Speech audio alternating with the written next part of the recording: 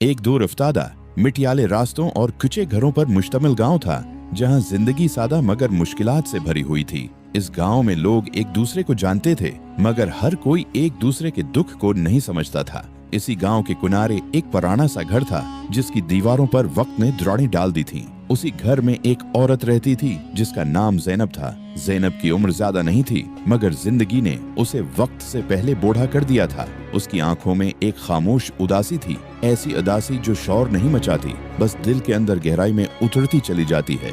वो बीवा थी और उसकी जिंदगी का वाहिद सहारा उसका बेटा अली था। अली अभी 12 बरस का था, मगर उसकी आंखों में भी उम्र से ज्यादा संजीदगी थी। वो खेल कूद की उम्र में था, मगर हालात ने उसे जिम्मेदारियों का बोझ थमा दिया था। ज़ैनब दिन भर लोगों के घरों में काम करती, बर्तन धोती, झाड़ू लगाती और जो कुछ मिलता उसी से गुजारा करती। बाज दिन ऐसे भी आते जब घर में चौलाहा जलता, और बाज दिन ऐसे भी होते जब सब्र के सिवा कुछ नहीं होता था। ज़ैनब कभी शिकवा नहीं करती थी। वो हर नमाज के बाद बस इतना कहती, ऐ अल्लाह, मेरा सब्र जाया न करना। गांव के लोग उसे कमजोर समझते थे, कुछ तिरस खाते, कुछ नजरअंदाज करते और कुछ उसकी खामोशी का फायदा उठाते थे, मगर ज़ैनब ने कभी किसी के सामने हाथ नहीं फैलाया। उसका यकीन था कि जो देर से मिलता है वो खालिस होता है। अली पढ़ने में बहुत अच्छा था। वो टूटे हुए स्कूल बैग के साथ रोजाना स्कूल जाता और दिल लगाकर पढ़ता। उस्ताद भी उसे पसंद करते थे, मगर फीस और किताबों का मसला हमेशा सामने खड़ा रहता था। कई बार ऐसा हुआ कि अली स्कूल जाने के बजाय माँ के साथ काम पर चला गया, मगर उसके दिल में इल्म की रोशनी कभी बुझी नहीं।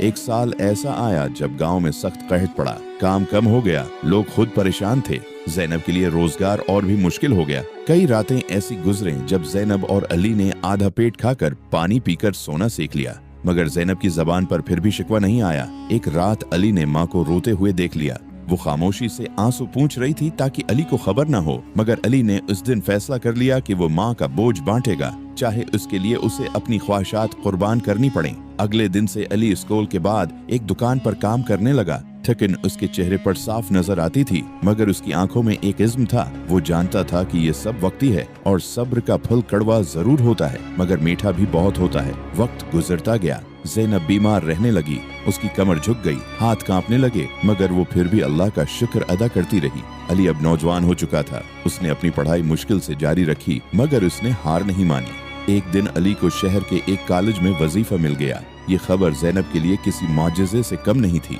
इस दिन उसने सजदे में सिर रखकर इतना रविया कि उसके आंसू जमीन में जज्ब हो गए। अली शहर चला गया, माँ बेटा दूर हो गए, मगर दिल करीब थे। ज़ैनब हर दिन अली की कामयाबी के लिए दुआ करती। वो अकेली हो गई थी, मगर मुतमईन थी कि उसकी कुर्बानी रायगा नहीं गई। कई साल बाद अली एक पढ़ा लिखा बाअखलाक इंसान बनकर वापस लौटा।